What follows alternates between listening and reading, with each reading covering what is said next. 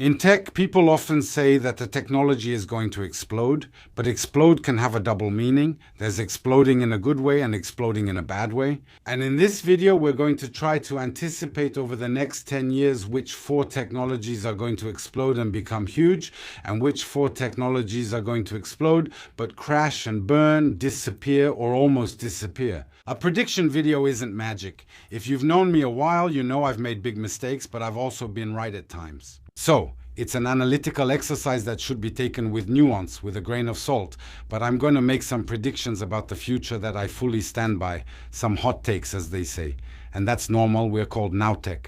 Damn, the puns are a disaster. That has to disappear within 10 years. Now you'll see that I didn't necessarily choose the most exciting technologies, because I'm keeping some in reserve. If you like this video, we'll make more. Which technologies are going to succeed and which ones are going to flop? So let's start with the bad news. Which technologies are going to disappear? Well, maybe not completely, but at least they're going to take a serious hit. And you'll see, especially with the first one, that it's already well underway. It's NFTs. And NFTs were really just a flash in the pan for tech. NFTs promised ownership rights over something digital. Non-fungible tokens made it possible to guarantee the authenticity of a digital copy. All of this was thanks to a technology called blockchain. There was a real explosion in 2021 and 2022, but already starting in 2022 it crashed. The average price of an NFT sale in 2022 was $2,254, and it dropped to $210 in 2023. That's a drop of about 91%. What exactly were these problems with NFTs, and why won't they be around in the future? Actually, we can't really blame the technology or the idea. It's interesting to be able to guarantee the authenticity of something digital. The problem comes from human nature and the speculative aspect. NFTs have only revealed the excessiveness of some people's greed. When you know that more than 100 traders, by the way, made over $9 million through wash trading, meaning they bought NFTs from themselves, in short, by doing something shady. Today, that's where we are. 95% of NFTs are worthless. I would even say 99%, 99.9% of NFTs are worthless. And I don't even know what the remaining 0.1% represents, so it seems obvious I don't see NFTs making a comeback in the future. That doesn't mean blockchain is going to be thrown away. Blockchain can be very useful as a technology, especially for contracts and certificates of authenticity. But it's really the speculative side that's well and truly dead. Maybe there will be NFT collectors in the future who will dig this up like old vinyl records and say, "Can you believe it? Back then people used to speculate on this, and that would start speculation all over again." You should never bet against human stupidity. You often end up losing. So for the next one, listen carefully to everything I'm going to say before jumping on me in the comments. I don't believe in level 5 autonomous cars. Level 5 is important. Level 5 in autonomous driving means total autonomy. There's no steering wheel in the car anymore. There are no pedals. There are no controls at all anymore. We put 100% trust in the car. It has to handle every situation, and that without any human intervention. That doesn't mean I don't believe in autonomous driving. And I actually think that autonomous driving will continue to gain interest, because we know that on the government side and from the insurance companies, there's a big push for autonomous driving. In the long run, it's still a lot fewer accidents, much less public spending related to accidents and so on. But level 5 autonomous driving is going to run into real-world problems, especially the issue of responsibility. I won't go over the whole diagram again, but today, who is responsible in the case of an accident with a fully autonomous car? Because 0 accidents aren't going to happen either. And that creates huge legislative problems. So here we're in a typical situation where a technology could exist, but it's going to run up against legislative realities. So, let me clarify, I still believe in autonomous driving. It might be more limited than we would like. It will be more regulated. I think that in 10 years we'll still be in a very mixed situation. There will still be human drivers. There will be autonomous driving. All of that will have to coexist. And we know that's the most complicated phase. There will be robotaxis in big cities, maybe even flying robotaxis. We'll talk about that in a moment. We'll have autonomous shuttles on fixed routes. We'll have individual cars at level 3 with supervision and level 4 on very specific routes. That's a constant in tech. Some technologies evolve more slowly than we would like. They have to adapt to reality, but the opposite can also be true. Some technologies move faster than we think. And that might be the case with the next one, and yet I don't see it becoming dominant. It's drone deliveries. Here too, let's be cautious. I'm not saying that drone deliveries won't exist in 5 to 10 years, I'm just saying they might be more limited than we've been promised. We've seen a lot of videos with these amazing drones landing with your hot dog in the backyard or in your garden. But here too we have a technology that's confronted with reality. The noise, theft, security, and regulations. Let's start by talking about aerial drone deliveries. We can guess that this will probably never really happen in cities. First, for safety reasons. Drone flights over cities are increasingly restricted. Current military events might remind you a little bit why. But above all, these famous flying drones, where do you land them in the city? Do you open the window and they come in? No, you've got two cats that are going to get killed right there. So you might say yes, but now we're also seeing ground drones arrive. Those kinds of four-wheeled coolers. I get it, but not all of us have super wide sidewalks. No, but just imagine those things on the sidewalks of Paris. Paris sidewalks, we already had issues with e-scooters. But I think actually the biggest problem, and it's often something that's a bit overlooked by engineers, is the social acceptance of a technology. I think the arrival of robotics in our lives is going to cause huge social friction, which will often take the form of vandalism. We've already seen it, you know. Some experiments show that humans have a bit of a tendency to hit machines. And here I think to refine my assessment that drone delivery and robots in the streets might work in some disciplined countries but might work much less well in others. That doesn't mean drones won't have a place in delivery. I'm thinking especially of medical uses, emergencies, and very remote rural areas. But when it comes to all the deliveries we know today which are already problematic, drones seem like a solution but actually raise a lot of new problems. A technology that will and should disappear in the next 10 years is screens on objects. Let me explain. At one point, we had this trend of putting touch screens on all the objects around us. We had fridges, ovens, washing machines, toilets, and of course cars where touch screens replaced good old switches and buttons. And at first, putting screens on things worked right away. It gave objects a modern and futuristic look, but it was kind of a marketing gimmick. It wasn't necessarily practical. And that's why, in my opinion, it's not going to continue in the next 5 or 10 years. These touch screens often bring a lot more problems than solutions. They're just unnecessary hassles. In most cases, a screen is less ergonomic than a physical button for a specific action. A touch screen is great for selecting from a menu, but nothing beats a button for starting an engine. Of course, this leads to breakdowns, new types of breakdowns, computer failures that add to electronic failures, which add to mechanical failures. Nothing is more frustrating than a washing machine not starting due to a broken touch screen, even if everything else works. That's the main issue with overcomplicating things. We replace a simple action with a complex one, we create friction where there was none before, and above all, we have other interfaces coming that will be much more practical than these screens. First, with artificial intelligence, real voice interactions have now become much more complex and much more reliable than they used to be. We can give instructions to electronic or computer devices in a much more natural way. Also, and again, this is still artificial intelligence, there's a much better understanding of context. And we can even see it on our smartphones. There's a return of the physical button or the haptic button, but it's the same thing. In short, as we can see with artificial intelligence, and that's kind of the big underlying topic, we're glad that it disappears from some things and that it's more useful for others. And that's exactly what's going to allow us to move on to the technologies that are going to explode, succeed, and become dominant. And actually, we're going to talk about AI agents. Let's be clear about one thing. One of my predictions for the next 5 to 10 years is that the trendy term artificial intelligence that we hear everywhere from a marketing point of view is going to disappear. And above all, as we know, artificial intelligence is a catch-all term that includes a whole bunch of very different things. Here, we're specifically talking about AI agents. It's not generative AI that answers your questions, it's an AI that acts. It will sort emails, it will fill out forms by itself, it will launch software, it will coordinate tasks. In fact, the purpose of an AI agent is to streamline tasks that are repetitive, tedious, prone to errors, and especially tasks where the value added by a human is low. So, Just to be clear, when I say that this technology is going to emerge and become dominant, I'm not necessarily saying that it's a good thing. We know that these artificial intelligence agents are going to have a massive impact on jobs and work. We still don't fully know today what kind of world that's going to create. In fact, it's very likely that the role and even the very concept of work in our human societies will change greatly in the next 5 to 10 years. But I also think it's inevitable.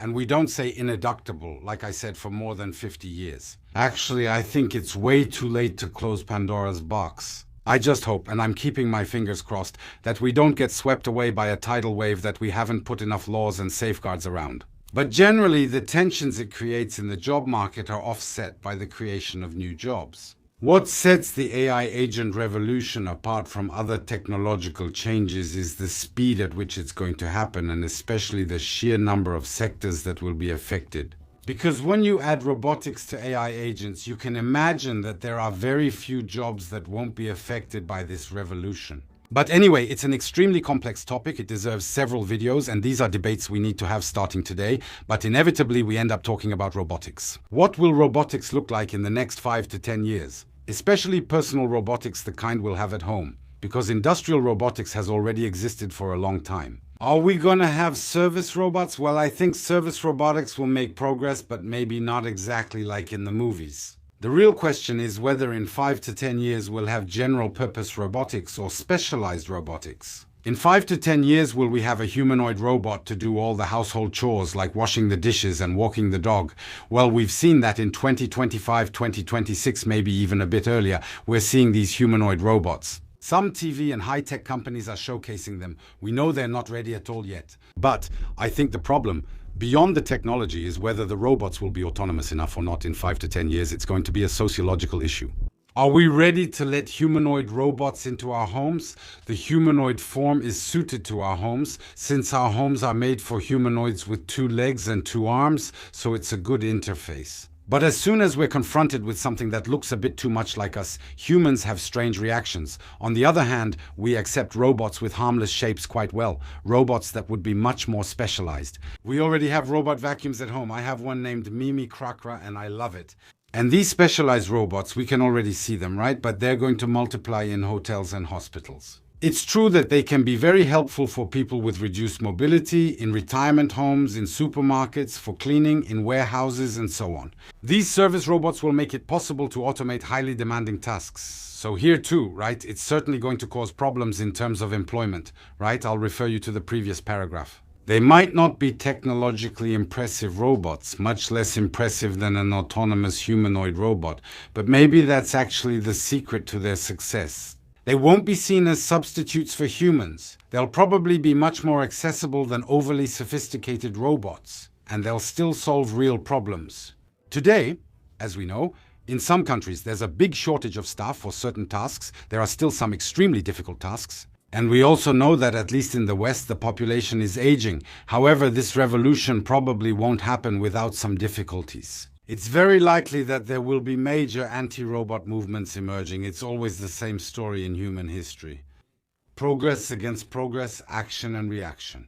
A field that's not sexy at all, but where, in my opinion, there will be major technological advances, well, it's batteries. Of course, batteries aren't exactly a dream topic, and yet they're at the center of our digital lives more and more so. Electric cars, smartphones, robots, drones, solar-powered homes, and so on.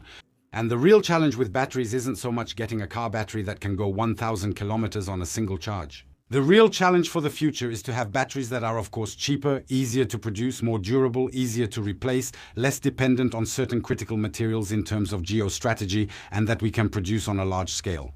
Today we are seeing new battery technologies emerging. Solid-state batteries, sodium-ion batteries, LFP, and also storage. Batteries that we put in homes to store the energy produced during the day. I've learned from experience that you need to be careful with batteries. I've been talking about technology for several years now, and every 2 or 3 weeks there's an article about a revolutionary new battery technology that's going to change everything, but we never see it actually arrive. In fact, between a laboratory battery and the industrial application of a battery technology on a large scale, sometimes 10 or 20 years can go by. So this battery revolution might be less spectacular than we would like, but it will still be a cutting-edge field with research and investments because storing produced energy is one of the critical challenges for the future. Another technology that I can really see booming in the next 5 to 10 years, and this might not make me very popular because there are a lot of debates about it too, is medicine and artificial intelligence in medicine. And the subject is delicate because artificial intelligence in medicine, we're talking about health, we're talking about life. Health and doctors are really a matter of trust. But when you look at one of the doctor's roles, and a very important one, it's diagnosis. What is a diagnosis? It's collecting data and almost a statistical interpretation of that data. It's taking into account the examination, medical imaging, the patient's history, genetics, reactions to treatment, and a whole bunch of other factors. And what could help doctors precisely to manage all these factors, all this data? Well, it's artificial intelligence. The idea isn't necessarily for it to make the diagnosis instead of the doctor, but to help the doctor make the diagnosis. And AI is unbeatable when it comes to detecting, for example, subtle signals. Not everyone is Dr. House. We also know that artificial intelligence greatly helps medical research and specifically the search for new drugs. We already have today some drugs where artificial intelligence was involved. Doctor, I have flatulence, take a GPT. So, today we have very mixed reactions among doctors. We've also seen the limitations of artificial intelligence in medicine. We have to be very careful about false diagnoses. It makes self-medication worse. People trust ChatGPT more than their doctor. It doesn't always end well. But I also hear a lot of feedback from doctors who say these medical co-pilots aren't bad. It won't do the job instead of doctors, but it will allow them to treat more patients and to challenge their diagnoses a little bit.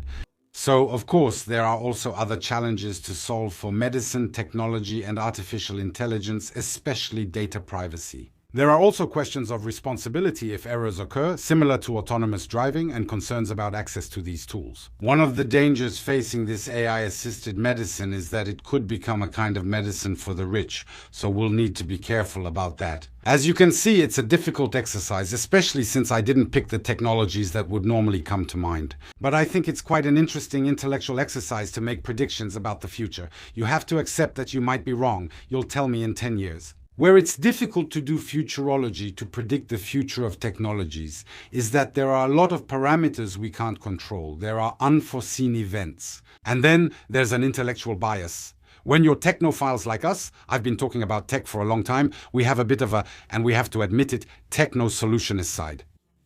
You have a problem, there's an app for that. Actually, sometimes technophiles tend to forget the impact of reality and also underestimate the social backlash to technological evolution. And sometimes we forget to ask ourselves a fundamental question in the evolution of technologies. What is it really going to be used for beyond the technological achievement? The typical example we've been hearing about for 50 or 100 years is the flying car. Many generations thought that when they got old, there would be flying cars. But the reality is that individual flying cars would be a disaster. It's absolutely not a solution for transportation. Look, even in The Fifth Element, they drive in 2D with their flying cars. And it's the same sometimes in science fiction movies and in the dreams of technophiles, you see the transparent smartphone. But what problem is that going to solve? A transparent smartphone. I can see you through my YouTube video. Anyway, that was the interesting thing about this video. It's about confronting technophiles' dreams with reality, with sociology. If you like this format, of course, I have plenty of other technologies to put through the ringer. Feel free to add your own ideas in the comments. The technologies you want to see take off in a good way and the technologies you want to see crash and burn. And I'll leave you with my dream. The technology I absolutely want to see disappear is TV remotes. Who still makes things like that these days? I've never understood a TV remote. Please disappear. And in the meantime, if you want to stick around with us a little longer, I invite you to watch a video we made recently since we're talking about the future. What will be the future of Apple with its new boss? And with that, I'll see you very soon in an upcoming video.